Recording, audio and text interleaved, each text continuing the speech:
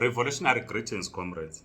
It's a right Sunday, 13 October 2024. One comrade asked, he said, Comrade Mapena, how does a Sunday become red? Our main color is red, right? And on Sunday, it is when most workers are not at work. This is where we carry out political education. We meet in our communities for the purposes of political education. This is why we say Red Sunday, because communities must study. Just as Christians study the Bible every Sunday or Saturday, communities must also have study groups where we study. So 5 points that were raised in responding to the question, what is to be done?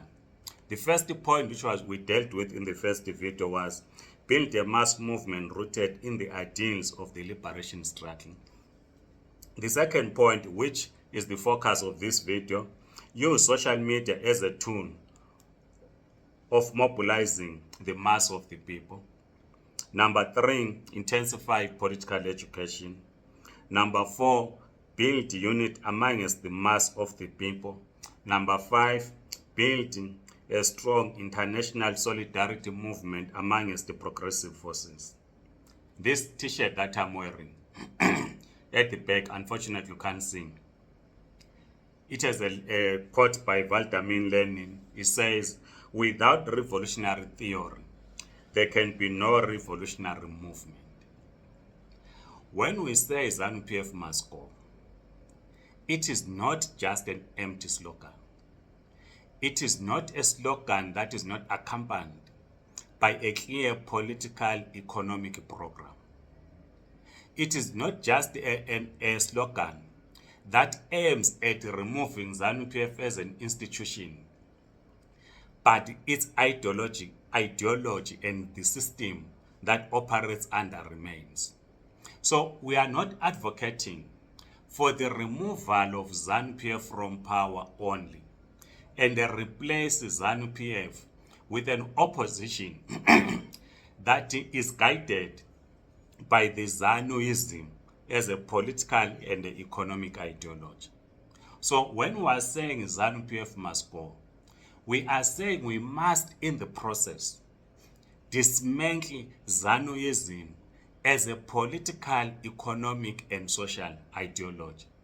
So building a movement which only brings the mass of the people to shout ZANU-PF must go, but replace ZANU-PF as an institution with another institution which is guided by ZANUism as an ideology, will not assist the mass of the people of Zimbabwe.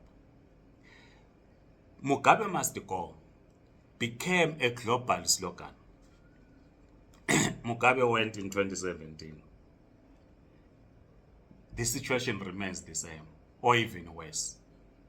So our slogans are scientific.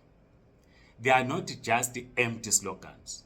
In discussing what is to be done, focusing on the freedom of the press, Lenin said, and I quote, all over the world, wherever there are capitalists, freedom of the press means freedom to buy up newspapers, to buy writers, to bribe, buy and affect public opinion for the benefit of the bourgeoisie, close quote.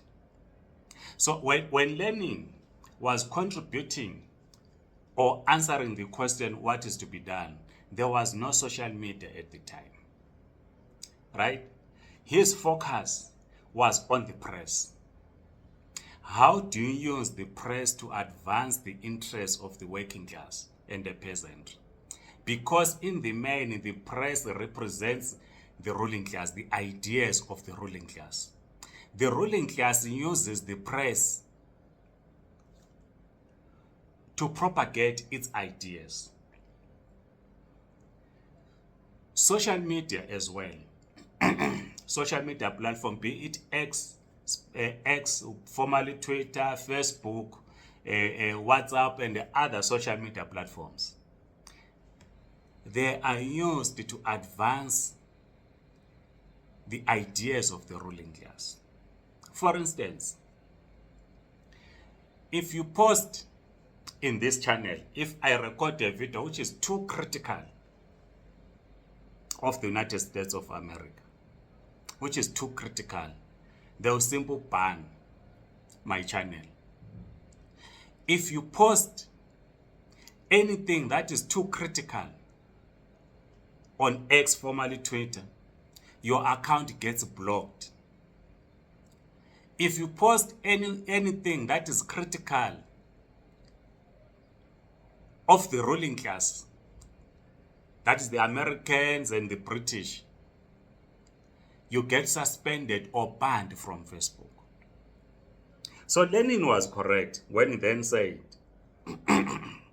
all over the world, where there are capitalists, freedom of the press means freedom to buy up newspapers, because in the main, these social media platforms generate billions and billions of friends for their owners. Because companies advertise, right? They advertise in this very video. They make money. This is why we have social media.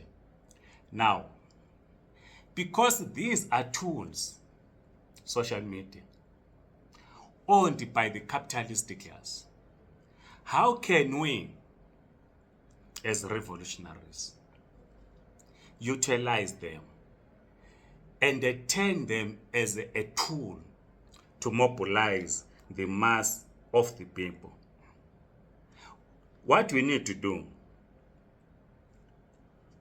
we must ensure that our message, a simple message, gets to the people, the working class, the peasant. We need to be strategic. We see on daily basis people dancing, posting videos, be they religious, videos for fun on TikTok, other platforms dancing. We see people growing their accounts, social media accounts, X, Facebook, and other platforms.